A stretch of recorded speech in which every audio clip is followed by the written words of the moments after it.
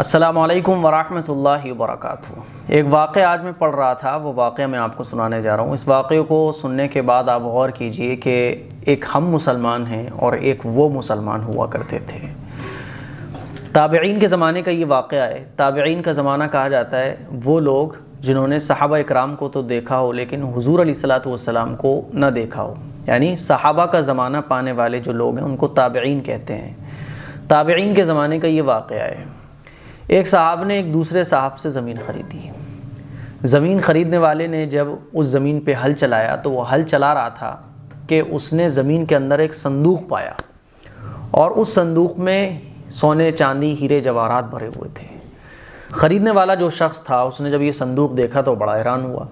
اس نے سوچا کہ بھائی میں نے تو زمین والے سے زمین خریدی ہے، اس کے نیچے جو یہ صندوق دفن تھا یہ تو میں نے نہیں خریدا، تو یہ میرا تو ہوا نہیں۔ اگلے دن یہ اس بیچنے والے کے پاس گیا اور اس کے پاس جا کے اس نے کہا کہ دیکھو بھائی، میں نے تم سے زمین خریدی تھی، زمین کے نیچے کیا دفن ہے وہ میں نے تم سے نہیں خریدا۔ جب میں ہل چلا رہا تھا تو مجھے ایک صندوق ملا جس میں سونے چاندی ہیرے جواہرات بھرے ہوئے تھے، اسی لیے وہ تمہارا صندوق ہے کیونکہ میں نے تم سے صرف زمین خریدی ہے۔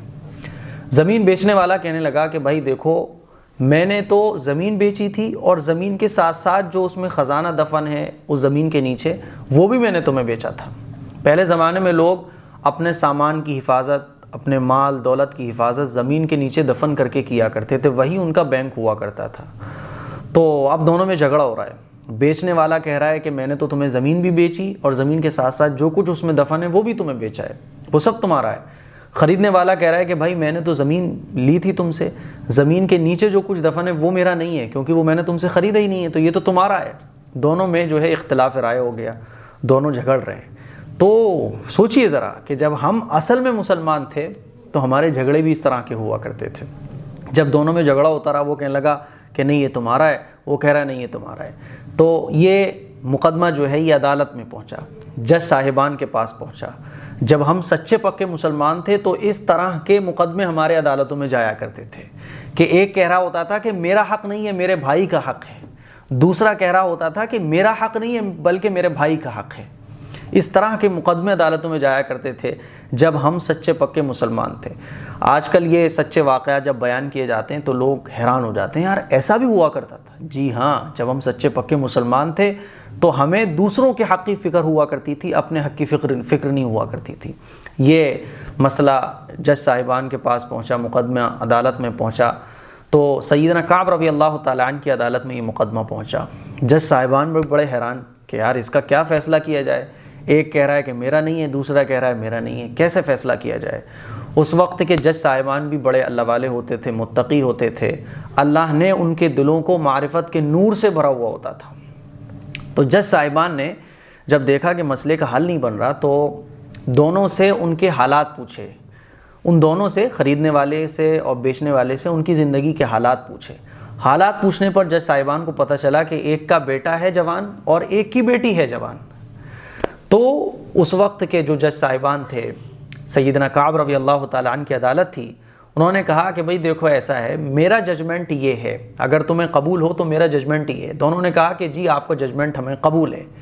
تو انہوں نے کہا میرا ججمنٹ یہ ہے کہ دیکھو ایک کا بیٹا ہے، ایک کی بیٹی ہے، دونوں جوان ہیں، دونوں کا نکاح کر دیا جائے اور یہ جو صندوق ملا ہے سونے چاندی ہیرے جواہرات سے بھرا ہوا، یہ ان دونوں کو شادی میں جہیز کے طور پر دے دیا جائے۔